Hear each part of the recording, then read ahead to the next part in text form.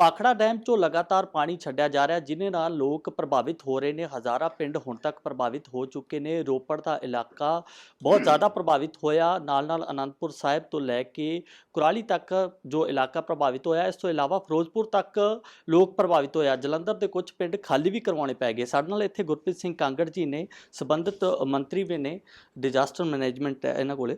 Sir, ਕੀ ਕੀਤਾ ਜਾ ਰਿਹਾ ਹੁਣ ਤੱਕ? ਕਿਉਂਕਿ ਭਾਖੜਾ ਡੈਮ ਦੇ ਜਿਹੜੇ ਗੇਟਸ ਆ ਖੋਲ੍ਹੇ ਗਏ ਆ, ਪਾਣੀ ਕਾਫੀ ਛੱਡਿਆ ਗਿਆ। ਮੈਨੇਜਮੈਂਟ ਤੁਹਾਡੀ ਕੀ ਆ? ਵੇਖੋ, ਇਹ ਕੁਦਰਤ ਦੀ ਜਿਹੜੀ ਆਫਤ ਹੈ, ਜਿਹੜੀ ਆਉਂਦੀ ਹੈ, ਇਹ ਪੁੱਛ ਕੇ ਨਹੀਂ ਆਉਂਦੀ। ਇਹ ਇਸ ਗੱਲ ਦੇ ਵਿੱਚ ਪ੍ਰਮਾਤਮਾ ਦੇ ਹੱਥ ਬਹੁਤ ਵੱਡੀ ਗੱਲ ਹੁੰਦੀ ਹੈ।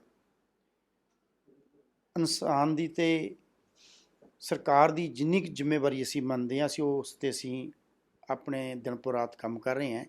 ਸਾਡੇ ਮੁੱਖ ਮੰਤਰੀ ਮਹਾਰਾਜ ਸਾਹਿਬ ਕੈਪਟਨ ਅਮਰਿੰਦਰ ਸਿੰਘ ਇਸ ਪ੍ਰਤੀ ਉਹ ਮਿੰਟ ਸਾਡੇ ਸਾਰੇ ਪ੍ਰਸ਼ਾਸਨ ਨਾਲ, ਮੰਤਰੀਆਂ ਨਾਲ ਉਹ ਅਪਡੇਟ ਹੋ ਰਹੇ ਨੇ। ਔਰ ਉਹਨਾਂ ਨੇ ਪਿਛਲੇ ਦਿਨਾਂ ਤੋਂ ਹੀ ਸਾਨੂੰ ਕਿਹਾ ਸੀ ਵੀ ਤੁਸੀਂ ਪੂਰਨ ਤੌਰ 'ਤੇ ਜੋ ਸਰਕਾਰ ਦੀ ਜ਼ਿੰਮੇਵਾਰੀ ਹੈ ਉਹਦੇ ਵਿੱਚ ਧਿਆਨ ਦੇ ਕੇ ਇਹਨਾਂ ਨੂੰ ਪ੍ਰੋਪਰ, ਜਿਹੜੇ ਪਿੰਡਾਂ 'ਚ ਨੁਕਸਾਨ ਹੋਣ ਦਾ, ਪਾਣੀ ਆਉਣ ਦਾ ਖਦਸ਼ਾ ਹੈ, ਉਹਨੂੰ ਧਿਆਨ 'ਚ ਰੱਖਦੇ ਹੋਏ ਉੱਥੇ ਜਿੰਨੇ ਪ੍ਰਬੰਧ ਹੋ ਸਕੇ ਉਹਨੂੰ ਕਰੋ। ਪਰ ਫਿਰ ਵੀ ਅਸੀਂ ਕੱਲ੍ਹ ਵੀ, ਅੱਜ ਵੀ, ਜੋ ਬਹੁਤ ਜ਼ਿਆਦਾ ਬਾਰਿਸ਼ ਹੋਈ ਹੈ, ਜਿਹਦਾ ਕੋਈ ਅਸੀਂ ਹਿਸਾਬ ਕਿਤਾਬ ਨਹੀਂ, ਤਕਰੀਬਨ 88 ਦੇ ਵਿੱਚ ਕਹਿੰਦੇ ਇੰਨੀ ਬਾਰਿਸ਼ ਹੋਈ ਸੀ ਅਤੇ ਇਹੀ ਹਾਲਾਤ ਬਣੇ ਸੀ। ਬੜੇ ਲੰਮੇ ਸਮੇਂ ਬਾਅਦ ਇਹ ਪਾਣੀ ਇੰਨਾ ਇਸ ਕਰਕੇ ਆਇਆ ਹੈ। ਅਸੀਂ NDRF ਦੀਆਂ ਟੀਮਾਂ ਸਾਡੀਆਂ ਲਗਾਤਾਰ ਉੱਥੇ ਲੱਗੀਆਂ ਹੋਈਆਂ ਨੇ। ਸਾਡੇ DC ਸਾਹਿਬਾਨ, ਸਾਡੇ ਸਤਿਕਾਰਯੋਗ, ਸਾਰੇ ਹਰੇਕ ਪੁਆਇੰਟ 'ਤੇ ਜਿੱਥੇ ਵੀ ਕੋਈ ਸੈਂਸਿਟਿਵ ਏਰੀਆ ਹੈ, ਮੈਂ ਇਹ ਵੀ ਕਹਿ ਸਕਦਾ ਵੀ ਜੇ ਕਾਫੀ ਪਿੰਡਾਂ ਦੇ ਵਿੱਚ ਪਾਣੀ ਆ ਵੀ ਗਿਆ, ਉੱਥੇ ਸਾਡੇ DC ਸਾਹਿਬਾਨਾਂ ਨੂੰ ਪਹਿਲਾਂ ਮੀਟਿੰਗ ਕਰਕੇ ਉਹਨਾਂ ਨੂੰ ਟੈਲੀਫੋਨ 'ਤੇ ਵੀ ਕਹਿ ਕੇ ਕਿਹਾ ਗਿਆ ਵੀ ਜਿਹੜੀਆਂ ਉਹਨਾਂ ਪਰਿਵਾਰਾਂ, ਉਹਨਾਂ ਲੇਡੀਜ਼ ਜਿਹੜੀਆਂ ਪ੍ਰੈਗਨੈਂਟ ਨੇ, ਜਿਨ੍ਹਾਂ ਦੀ ਡਿਲੀਵਰੀ ਕੇਸ ਨੇ, ਉਹਨਾਂ ਨੂੰ ਸੁਰੱਖਿਅਤ ਕੀਤਾ ਜਾਵੇ, ਉਹਨਾਂ ਦੇ ਖਾਣ ਪੀਣ ਦਾ ਪ੍ਰਬੰਧ ਕੀਤਾ ਜਾਵੇ ਔਰ ਅਨਾਊਂਸਮੈਂਟ ਕਰਾ ਕੇ, ਬੁਨਿਆਦੀ ਕਰਾ ਕੇ ਉਹਨਾਂ ਨੂੰ ਕਿਸੇ ਉੱਚੇ ਥਾਂ, ਧਰਮਸ਼ਾਲਾ, ਗੁਰੂ ਘਰਾਂ ਦੇ ਵਿੱਚ ਉਹਨਾਂ ਦਾ ਪ੍ਰਬੰਧ ਕੀਤਾ ਜਾਵੇ। ਇਹ ਸਾਡਾ ਪ੍ਰਸ਼ਾਸਨ ਦਿਨ ਪਰ ਰਾਤ ਕਰਕੇ ਲੱਗਿਆ ਹੋਇਆ ਹੈ। ਅਤੇ ਅੱਜ ਕੁਛ ਆਸਾਰ ਹੈ ਸਾਨੂੰ ਵੀ ਕੁਛ ਪਿੱਛੇ ਪਾਣੀ ਡਾਊਨ ਹੋਇਆ, ਤਕਰੀਬਨ ਨੁਕਸਾਨ ਤਾਂ ਬਹੁਤ ਹੋਇਆ। ਅਤੇ ਅਸੀਂ ਜੋ ਪੰਜਾਬ ਸਰਕਾਰ ਵੱਲੋਂ ਹੈ ਉਹ ਪੂਰਨ ਤੌਰ 'ਤੇ ਅਸੀਂ ਸਾਰੀ ਦੇਖ ਰੇਖ ਉਹਨਾਂ ਦੀ ਕਰ ਰਹੇ ਹਾਂ। ਕਾਂਗੜ ਸਾਹਿਬ, ਇਸ ਤੋਂ ਪਹਿਲਾਂ ਅਸੀਂ ਅਨੰਦਪੁਰ ਸਾਹਿਬ ਦੇ ਕਈ ਪਿੰਡਾਂ ਦੇ ਵਿੱਚ ਗਏ, ਰੋਪੜ ਦੇ ਪਿੰਡਾਂ ਦੇ ਵਿੱਚ ਗਏ। ਉੱਥੋਂ ਦੇ ਲੋਕ ਕਹਿੰਦੇ ਕਿ ਸਾਨੂੰ ਪੁੱਛਣ ਗਿੱਛਣ ਹੀ ਕੋਈ ਨਹੀਂ ਆਇਆ।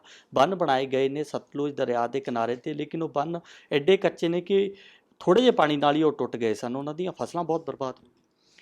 ਬਿਲਕੁਲ ਕੋਈ ਦੋ ਰਾਹ ਨਹੀਂ, ਫਸਲਾਂ ਖਰਾਬ ਹੋਈਆਂ, ਘਰ ਖਰਾਬ ਹੋ ਗਏ ਹੈ, ਪਸ਼ੂ ਡੰਗਰ ਵਿਚਾਰੇ ਮਰ ਵੀ ਗਏ ਨੇ। ਇਸ ਕਰਕੇ ਜਦੋਂ ਕਿਸੇ ਪਰਿਵਾਰ 'ਤੇ ਬਹੁਤ ਵੱਡੀ ਆਫਤ ਆਉਂਦੀ ਹੈ, ਉਹਨੂੰ ਗੁੱਸਾ ਹੁੰਦਾ ਹੈ, ਨੈਚੁਰਲੀ ਹੁੰਦੀ ਹੈ ਵੀ ਕੋਈ ਪੁੱਛ ਪੜਤਾਲ ਨਹੀਂ। ਪਰ ਮੈਂ ਉਹਨਾਂ ਜਿਹੜੇ ਦੁੱਖ ਦੇ ਪਰਿਵਾਰ, ਜਿਨ੍ਹਾਂ ਦਾ ਦਿਲ ਅੱਜ ਬਹੁਤ ਦਰਦ ਹੈ, ਓਨਾ ਹੀ ਸਾਨੂੰ ਦਰਦ ਹੈ। ਅਸੀਂ ਜਿੰਨੇ ਜੋਗੇ, ਪੰਜਾਬ ਸਰਕਾਰ, ਮਹਾਰਾਜਾ ਕੈਪਟਨ ਅਮਰਿੰਦਰ ਸਿੰਘ ਹੈ, ਅਸੀਂ ਉਹਨਾਂ ਪ੍ਰਤੀ ਪੂਰਾ ਸਾਡਾ ਧਿਆਨ ਹੈ। ਜਿੰਨੀ ਵੱਧ ਤੋਂ ਵੱਧ ਅਸੀਂ ਉਹਨਾਂ ਦੀ ਮਦਦ ਕਰ ਸਕਾਂਗੇ। ਔਰ ਮੈਂ ਸਪੈਸ਼ਲ ਅੱਜ ਪ੍ਰਾਈਮ ਮਿਨਿਸਟਰ ਮੋਦੀ ਸਾਹਿਬ ਨੂੰ ਬੇਨਤੀ ਕਰਨੀ ਚਾਹੁੰਦਾ, ਉਹਨਾਂ ਨੂੰ ਜੋ ਅੱਜ ਸਾਡੇ ਪੰਜਾਬ ਦੇ ਰੋਪੜ, ਨਵਾਂਸ਼ਹਿਰ, ਹੁਸ਼ਿਆਰਪੁਰ, ਜਲੰਧਰ, ਲੁਧਿਆਣਾ ਦੇ ਜਿਹੜੇ ਬਹੁਤ ਅਸੀਂ ਜਿਹੜੇ ਹੜ੍ਹ ਦੀ ਮਾਰ ਹੇਠ ਸਾਡੇ ਜ਼ਿਲ੍ਹੇ ਆਏ ਨੇ, ਜਿੰਨਾ ਨੁਕਸਾਨ, ਬਹੁਤ ਵੱਡੀ ਪੱਧਰ 'ਤੇ ਨੁਕਸਾਨ ਹੋਇਆ, 50,000 ਘੱਟੋ ਘੱਟ ਉਹਨਾਂ ਪਰਿਵਾਰਾਂ ਨੂੰ ਸੈਂਟਰ ਗੌਰਮੈਂਟ ਦੇਵੇ। ਪਰ ਬੜੀ ਬਦਕਿਸਮਤੀ ਦੀ ਗੱਲ ਹੈ ਵੀ ਜਿਹੜਾ ਡਿਜ਼ਾਸਟਰ ਡਿਪਾਰਟਮੈਂਟ ਆ ਉਹ ਮੇਰੇ ਕੋਲ ਵੀ ਹੈ, ਇਹਦਾ ਸਿੱਧਾ ਤਾਲੁਕਾਤ ਸੈਂਟਰ ਦੇ ਨਾਲ ਹੈ। ਅਸੀਂ ਪਿਛਲੀ ਵਾਰ ਮੁੱਖ ਮੰਤਰੀ ਸਾਹਿਬ ਜਾ ਕੇ ਵੀ ਆਏ, ਉਹਨਾਂ ਨੂੰ ਪ੍ਰੋਪਰ ਤਰੀਕੇ ਨਾਲ ਦੱਸ ਕੇ ਵੀ ਆਏ ਵੀ ਪਿਛਲੀ ਵੀ ਮਾਰ ਪਈ, ਸਾਨੂੰ ਪੈਸੇ ਦਿੱਤੇ ਜਾਣ, ਕੋਈ ਨਾ ਕੋਈ ਸਾਨੂੰ ਫੰਡ ਰਿਲੀਜ਼ ਕੀਤੇ ਜਾਣ। ਅੱਜ ਤੱਕ ਸਾਨੂੰ ਸੈਂਟਰ ਗੌਰਮੈਂਟ ਨੇ 1 ਰੁਪਈਆ ਨਹੀਂ ਦਿੱਤਾ। ਜਿਹੜਾ ਪਰਸਨਲ ਫੰਡ ਨਹੀਂ ਹੁੰਦੇ ਮੰਤਰੀ ਸਾਹਿਬ? ਕੁਛ ਸਾਡੇ ਸਟੇਟ ਲਈ ਹੁੰਦੇ ਆ, ਸਾਡੇ ਆਪਦੇ, ਪਰ ਬਹੁਤੀ ਤਾਦਾਦ ਦੇ ਵਿੱਚ ਸਾਨੂੰ ਸੈਂਟਰ ਤੋਂ ਆਉਂਦੇ ਆ, ਜਿਹੜੇ ਕਿ ਸਾਨੂੰ ਦਿੱਤੇ ਨਹੀਂ ਗਏ ਹਾਲ। ਅੱਜ ਵੀ ਮੈਂ ਬੇਨਤੀ ਕਰਦਾ ਵੀ ਅੱਜ ਪਿਕਚਰਾਂ ਵੇਖ ਕੇ, ਸੋਸ਼ਲ ਮੀਡੀਆ 'ਤੇ ਵੇਖ ਕੇ ਪ੍ਰਾਈਮ ਮਿਨਿਸਟਰ ਸਾਹਿਬ ਪੰਜਾਬ ਦੇ ਲੋਕਾਂ 'ਤੇ ਰਹਿਮ ਕਰਨ। ਉਹਨਾਂ ਕੋਲ ਖਜ਼ਾਨਾ ਬਹੁਤ ਵੱਡਾ ਹੈ, ਉਹਨਾਂ ਨੂੰ ਘੱਟੋ ਘੱਟ 50,000 ਰੁਪਈਆ ਪਰਿਵਾਰਾਂ ਨੂੰ, ਉਹਨਾਂ ਨੂੰ ਕਿੱਲੇ ਦੇ ਹਿਸਾਬ ਨਾਲ, ਉਹਨਾਂ ਦੇ ਮਕਾਨਾਂ ਦੇ ਹਿਸਾਬ ਨਾਲ, ਉਹਨਾਂ ਦਾ ਪ੍ਰੋਪਰ ਅਸੀਂ ਗਿਰਦੌਰੀ ਜਲਦੀ ਸ਼ੁਰੂ ਕਰਵਾ ਦੇਣੀ ਹੈ। ਅੱਜ ਸਾਡੀ CM ਸਾਹਿਬ ਨਾਲ ਮੀਟਿੰਗ ਵੀ ਹੈ ਇਸ ਸੰਬੰਧ ਵਿੱਚ। ਇਸ ਕਰਕੇ ਜੋ CM ਸਾਹਿਬ ਸਾਨੂੰ ਹੁਕਮ ਦੇਣਗੇ, ਆਦੇਸ਼ ਹੋਣਗੇ, ਉਹ ਤੁਹਾਡੇ ਸਾਹਮਣੇ ਆ ਜਾਣਗੇ। ਇਸ ਕਰਕੇ ਸੈਂਟਰ ਗਵਰਨਮੈਂਟ ਨੂੰ ਇਸ ਵੇਲੇ ਸਾਡੇ ਨਾਲ ਆ ਕੇ ਖੜ ਕੇ ਉਹਨਾਂ ਦੁਖੀ ਪਰਿਵਾਰਾਂ ਦਾ ਸਾਥ ਦੇਣਾ ਚਾਹੀਦਾ ਹੈ। ਕਾਂਗੜ ਸਾਹਿਬ, ਫਸਲਾਂ ਦੇ ਮੁਆਵਜ਼ੇ ਦੀ ਗੱਲ ਅਲੱਗ ਹੈ, ਲੇਕਿਨ ਹਾਲੇ ਤੱਕ ਮੁੱਢਲੀਆਂ ਸਹੂਲਤਾਂ ਲੋਕ ਕਹਿ ਰਹੇ ਕਿ ਉਹ ਵੀ ਸਾਡੇ ਕੋਲ ਨਹੀਂ ਪਹੁੰਚੀਆਂ। ਸਾਡੇ ਕੋਲ ਹੁਣ ਖਾਣ ਨੂੰ ਰਾਸ਼ਨ ਨਹੀਂ ਬਚਿਆ, ਪਸ਼ੂਆਂ ਦੇ ਖਾਣ ਨੂੰ ਚਾਰਾ ਨਹੀਂ ਹੈਗਾ, ਸਾਡੇ ਬੈਠਣ ਨੂੰ ਕੋਈ ਜਗ੍ਹਾ ਨਹੀਂ ਹੈਗੀ। ਲੋਕ ਬੜੇ ਤਰਾਹੀ ਕਰ ਰਹੇ ਨੇ। ਉਹ ਕਹਿੰਦੇ ਸਾਨੂੰ ਮੁੱਢਲੀਆਂ ਸਹੂਲਤਾਂ ਤੱਕ ਹੀ ਨਹੀਂ ਦਿੱਤੀਆਂ ਜਾਂਦੀਆਂ, ਮੁਆਵਜ਼ਾ ਤਾਂ ਬਾਅਦ 'ਚ ਗਰਦੌਰੀ ਹੋਏਗੀ।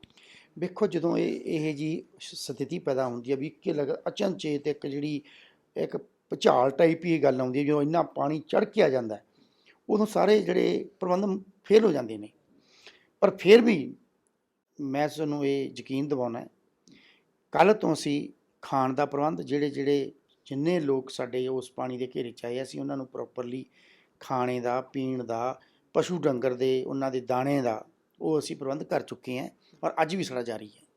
ਮਾਣੋ ਕਿ ਜੋ ਆਮ ਆਦਮੀ ਪਾਰਟੀ ਦੇ ਕਈ ਲੀਡਰ ਨੇ ਮੌਕੇ 'ਤੇ ਸਥਿਤੀ 'ਤੇ ਪਹੁੰਚੇ ਨੇ, ਉਹ ਕਹਿੰਦੇ ਕਿ ਬੰਨ੍ਹ ਬਣਾਏ ਤਾਂ ਗਏ ਆ, ਬੜੇ ਫਰਜ਼ੀ ਬੰਨ੍ਹ ਬਣਾਏ ਗਏ ਆ। ਪਹਿਲਾਂ ਅਕਾਲੀ ਦਲ ਨੇ ਕੁਛ ਨਹੀਂ ਕੀਤਾ, ਹੁਣ ਕਾਂਗਰਸ ਸਰਕਾਰ 2.5 ਸਾਲ ਤੋਂ ਉੱਪਰ ਸਮਾਂ ਹੋ ਗਿਆ, ਹੁਣ ਕਾਂਗਰਸ ਸਰਕਾਰ ਨੇ ਨਹੀਂ ਕੁਛ ਕੀਤਾ। ਮਾਨਸੂਨ ਸੀਜ਼ਨ ਦਾ ਤਾਂ ਪਤਾ ਹੀ ਆ, ਮਾਨਸੂਨ ਨੇ ਆਉਣਾ ਹੀ ਆਉਣਾ, ਪ੍ਰਬੰਧ ਪਹਿਲਾਂ ਕਰਕੇ ਰੱਖੇ ਜਾਣੇ ਚਾਹੀਦੇ। ਵੇਖੋ, ਕਹਿਣਾ ਸੌਖਾ ਹੁੰਦਾ, ਦੇਖ ਕੇ ਉਂਗਲ ਖੜੀ ਕਰਕੇ ਕਹਿ ਦੇਣਾ ਹੋਣਾ ਵੀ ਇਹ ਗਲਤ ਕੀਤਾ ਗਿਆ। ਇਹ ਜਦੋਂ ਵੀ ਜਿਸ ਗਵਰਨਮੈਂਟ ਚੱਲਦੀ ਹੈ, ਜਿਹੜੇ ਰੂਲਿੰਗ ਪਾਰਟੀ ਹੈ, ਉਹਨੂੰ ਆਪਣੇ ਪਰਿਵਾਰ ਵਾਂਗੂ ਫਿਕਰ ਹੁੰਦਾ ਹੈ ਸਾਰਿਆਂ ਦਾ। ਇਹ ਜਿਹੜੇ ਲੋਕ ਆਪੋਜੀਸ਼ਨ ਵਾਲੇ, ਉਹਨਾਂ ਨੂੰ ਮੈਂ ਬੇਨਤੀ ਕਰਦਾ ਵੀ ਇੱਕ ਸਮਾਜ ਸੇਵੀ ਹੋ ਕੇ ਜਿਹੜੇ ਲੋਕਾਂ 'ਤੇ ਅੱਜ ਪਹਾੜ ਡਿੱਗਿਆ, ਉਹਨਾਂ ਦੇ ਪਰਿਵਾਰਾਂ 'ਤੇ ਜਿਨ੍ਹਾਂ ਦਾ ਨੁਕਸਾਨ ਹੋਇਆ, ਇੱਕ ਸਮਾਜ ਸੇਵੀ ਬਣ ਕੇ ਉੱਥੇ ਜਾਣ, ਨਾ ਕਿ ਰਾਜਨੀਤੀ ਕਰਕੇ ਤੌਰ 'ਤੇ ਨਾ ਜਿਹੜੀਆਂ ਰੋਟੀਆਂ ਸੇਕਣ ਵਾਲੀ ਗੱਲ ਕਰਨ। ਇਹੋ ਜਿਹੀਆਂ ਜਾ ਕੇ ਬਿਆਨਬਾਜ਼ੀ ਕਰਨੀਆਂ ਇਸ ਦੇ ਸਮੇਂ ਦੇ ਵਿੱਚ, ਇਸ ਦੇ ਦੁੱਖ ਦੇ ਸਮੇਂ 'ਚ ਜਾ ਕੇ ਬਿਆਨਬਾਜ਼ੀ ਕਰਨੀ, ਉਹ ਬਹੁਤ ਮਾੜੀ ਹੈ। ਰਾਜਨੀਤੀ ਕਰਨ ਵਾਸਤੇ ਹੋਰ ਬੜੇ ਸਮੇਂ ਨੇ, ਪਰ ਅੱਜ ਉਹਨਾਂ ਨੂੰ ਚਾਹੀਦਾ ਕਿ ਸਮਾਜ ਸੇਵੀ, ਜੇ ਉਹਨਾਂ ਨੂੰ ਕਿਸੇ ਇਲਾਕੇ ਨੇ MLA ਬਣਾਇਆ ਹੈ, ਬੜੀ ਇੱਜ਼ਤ ਮਾਨ ਦਿੱਤੀ ਹੈ, ਉਹਨਾਂ ਨੂੰ ਇਹੋ ਜਿਹੇ ਬਿਆਨ ਨਹੀਂ ਦੇਣੇ ਚਾਹੀਦੇ, ਨਾ ਕਿ ਉਹਨਾਂ ਦੀ ਮਦਦ ਕਿਤੇ ਭੈਣ ਭਰਾਵਾਂ ਨੂੰ ਕਹਿ ਕੇ ਉਹਨਾਂ ਨੂੰ ਜੋ ਵੀ ਰਿਲੀਫ ਦੇ ਸਕਦੇ ਆ, ਉਹ ਵੀ ਇੱਕ ਸਰਕਾਰ ਦਾ ਹਿੱਸਾ ਨੇ, ਉਹਨਾਂ ਨੂੰ ਕਰਨੀ ਚਾਹੀਦੀ ਹੈ। ਸੁਖਬੀਰ ਸਿੰਘ ਬਾਦਲ ਨੇ ਇੱਕ ਵੀਡੀਓ ਬਿਆਨ ਵੀ ਜਾਰੀ ਕੀਤਾ। ਉਸ ਬਿਆਨ ਦੇ ਵਿੱਚ ਉਹਨਾਂ ਨੇ ਕਿਹਾ ਕਿ ਸਰਕਾਰ ਇਸ ਮੁੱਦੇ 'ਤੇ ਫੇਲ ਹੋ ਗਈ, ਸਰਕਾਰ ਤੋਂ ਪੂਰੀ ਮੈਨੇਜਮੈਂਟ ਹੀ ਨਹੀਂ ਹੋਈ, ਜੋ ਕਰਨਾ ਚਾਹੀਦਾ ਸੀ ਉਹਨਾਂ ਨੇ ਕੀਤਾ ਹੀ ਨਹੀਂ ਆ। ਫਲੱਡ ਗੇਟ ਖੋਲ੍ਹ ਦਿੱਤੇ ਗਏ, ਇੰਨਾ ਪਾਣੀ ਆ ਗਿਆ ਪੰਜਾਬ ਦੇ ਵਿੱਚ, ਕਈ ਪਿੰਡ ਖਾਲੀ ਤੱਕ ਕਰਨੇ ਪਏ। ਮੈਂ ਵੇਖੋ, ਸੁਖਬੀਰ ਸਿੰਘ ਬਾਦਲ ਦੀ ਗੱਲ ਤਾਂ ਨਹੀਂ ਕਰਨੀ ਚਾਹੁੰਦਾ, ਜੇ ਜੀ ਉਹਨਾਂ ਦੀ ਮੈਂ ਵੀ ਸੁਣ ਲਈ ਹੈ ਵੀ ਫਲੱਡ ਗੇਟ ਖੋਲ੍ਹਤੇ, ਇਹਦਾ ਮਤਲਬ ਇਹ ਕਹਿੰਦਾ ਵੀ ਨਾ ਫਲੱਡ ਗੇਟ ਖੋਲ੍ਹਦੇ ਸਾਰਾ ਪੰਜਾਬ ਅਸੀਂ ਖਤਮ ਕਰ ਦਿੰਦੇ। ਉਹ ਤਾਂ ਇਹ ਚਾਹੁੰਦਾ ਹੈ। ਅੱਜ ਵੀ ਮੇਰੇ ਖਿਆਲ ਦੇ ਵਿੱਚ ਉਹਦੇ ਅੰਦਰ ਆਪਣੇ ਮਨ ਦੇ ਵਿੱਚ ਉਹ ਲੱਡੂ ਭੋ ਰਿਹਾ ਵੀ ਹਾਂ, ਰੂਲਿੰਗ ਪਾਰਟੀ ਦੀ ਕਿਰਕਰੀ ਹੋ ਰਹੀ ਹੈ। ਸੁਖਬੀਰ ਬਾਦਲ ਤਾਂ ਰਾਤ ਨੂੰ ਸੁੱਤਾ ਪਿਆ ਵੀ ਇਹ ਕਹਿੰਦਾ ਵੀ ਛੇਤੀ ਤਾਕਤ ਆ ਜੇ, ਛੇਤੀ ਤਾਕਤ ਆ ਜੇ, ਕਿਵੇਂ ਮੈਂ ਕੁਰਸੀ ਖਿੱਚ ਲਾਂ ਇਹਨਾਂ ਤੋਂ। ਕਿਤੇ ਕਹਿੰਦਾ ਮੈਨੂੰ ਮਹੀਨੇ ਵਾਸਤੇ ਇੱਕ ਕੁਰਸੀ ਦੇ ਦੇਵਾਂ, ਮੈਂ ਸਾਰੇ ਪੈਸੇ ਲਿਆਉਂਗਾ। ਪੈਸੇ ਤੂੰ 10 ਸਾਲਾਂ 'ਚ ਪੰਜਾਬ ਦੀ ਬਰਬਾਦੀ ਤੇ ਕੰਢੇ 'ਤੇ ਪੰਜਾਬ ਨੂੰ ਕੰਗਾਲ ਕਰਕੇ ਰੱਖਤਾ। ਸਿਰਫ ਪਲਿਆ ਤੁਸੀਂ ਆਪਣੇ ਪਰਿਵਾਰ ਨੂੰ ਪਾਲਿਆ, ਉਹ ਬੱਸਾਂ ਲਾ ਲਓ, ਹੋਟਲ ਲਾ ਲਓ, ਉਹ ਜ਼ਮੀਨਾਂ ਲਾ ਲਓ, ਤੁਸੀਂ ਪੰਜਾਬ ਦੇ ਗਰੀਬ ਤੋਂ ਲੈ ਕੇ ਅਮੀਰ ਤੱਕ ਲੁੱਟਿਆ ਹੈ। ਅੱਜ ਉਹ ਸੁਪਨੇ, ਤੁਸੀਂ ਇੱਕ ਬਿਜ਼ਨਸ ਬਣਾਇਆ ਪੰਜਾਬ ਦੇ ਸੂਬੇ ਨੂੰ, ਅੱਜ ਤੁਹਾਨੂੰ ਉਹ ਸੁਪਨੇ ਜਿਹੜੇ ਫਿਰ ਰਾਤਾਂ ਨੂੰ ਯਾਦ ਆਉਂਦੇ ਆ। ਇਹ ਪ੍ਰਮਾਤਮਾ ਨੇ ਤੁਹਾਡੇ ਮੁੜ ਕੇ ਤਾਕਤ ਤੁਹਾਡੇ ਘਰ ਨਹੀਂ ਆਊਗੀ। ਜਿਹੜੇ ਫਲੱਡ ਖੋਲ੍ਹਣ ਦਾ ਕੋਈ ਚਾਅ, ਜਿਹੜੇ ਗੇਟ ਖੋਲ੍ਹਣ ਦਾ ਕੋਈ ਚਾਅ ਨਹੀਂ ਸੀ, ਉਹ ਵੀ ਪੰਜਾਬ ਨੂੰ ਬਚਾਉਣ ਦਾ ਸੀ। ਫਲੱਡ ਖੋਲ੍ਹਣਾ ਸਭ ਨੂੰ ਪਤਾ ਵੀ ਜੇ ਟੋਟਲ ਅਸੀਂ ਨਾ ਫਲੱਡ ਉੱਥੇ ਗੇਟ ਖੋਲ੍ਹਦੇ ਅਤੇ ਪੰਜਾਬ ਦੇ ਵਿੱਚ ਬੰਨ੍ਹ ਉਹ ਭਾਖੜਾ ਦਾ ਟੁੱਟ ਜਾਣਾ ਹੁੰਦਾ, ਉਹਦੀਆਂ ਵੀ ਕੋਈ ਲਿਮਟ ਹੁੰਦੀ ਹੈ। ਉਦੋਂ ਬਾਅਦ ਸਾਰੇ ਪੰਜਾਬ ਦੇ ਵਿੱਚ ਸਭ ਨੂੰ ਪਤਾ ਪਾਣੀ ਕਿੰਨੇ ਫੁੱਟ ਆਉਣਾ ਸੀ। ਇਸ ਕਰਕੇ ਮਜਬੂਰਨ ਕਾਰਨ ਜਿੰਨਾ ਕੁ ਅਸੀਂ ਗੇਟ ਖੋਲ੍ਹ ਸਕੇ, ਜਿੰਨਾ ਕੁ ਮਤਲਬ ਘੱਟ ਤੋਂ ਘੱਟ ਨੁਕਸਾਨ ਹੋਵੇ, ਸਾਡਾ ਦਿਲ ਨਹੀਂ ਕਰਦਾ ਵੀ ਪੰਜਾਬ ਦੇ ਲੋਕਾਂ ਦਾ ਕੋਈ ਨੁਕਸਾਨ ਹੋਵੇ। ਅਸੀਂ 1 ਇੰਚ ਵੀ ਉਹਨਾਂ ਦਾ ਜਿਹੜਾ ਨੁਕਸਾਨ ਹੋਇਆ ਦਰਦ ਮੰਨਦੇ ਹਾਂ। BBMP ਨਾਲ ਤੁਹਾਡੀ ਹੁਣ ਕੋਈ ਮੀਟਿੰਗ ਹੋਈ ਆ, ਗੱਲਬਾਤ ਹੋਈ ਆ, ਕੋਈ ਟੈਲੀਫੋਨਿਕ ਕਨਵਰਸੇਸ਼ਨ, ਕਿ ਅੱਗੇ ਉਹ ਕੀ ਕਰਨ ਜਾ ਰਿਹਾ, ਕੋਈ ਹੋਰ ਜ਼ਿਆਦਾ ਖਤਰਾ ਤਾਂ ਨਹੀਂ ਪੰਜਾਬ ਦੇ ਵਿੱਚ? ਇਹ ਪੰਜਾਬ ਦੇ ਲੋਕ ਵੀ ਜਾਣਨਾ ਚਾਹੁੰਦੇ। ਵੇਖੋ, ਇਹ ਗੱਲ ਤੁਸੀਂ BBM ਵਾਲੀ ਗੱਲ ਕਰ ਰਹੇ ਹਾਂ, ਇਹ ਤੁਸੀਂ ਇਰੀਗੇਸ਼ਨ ਮਿਨਿਸਟਰ ਸਾਹਿਬ ਨਾਲ ਗੱਲ ਕਰੋ ਕਿ ਉਹਨਾਂ ਦਾ ਮਹਿਕਮਾ ਹੈ। ਮੇਰਾ ਡਿਜ਼ਾਸਟਰ ਕੁਦਰਤੀ ਆਫਤਾਂ ਦਾ, ਮੈਂ ਉਹਨਾਂ ਨਾਲ ਤਲਕਾਤ ਰੱਖਦਾ।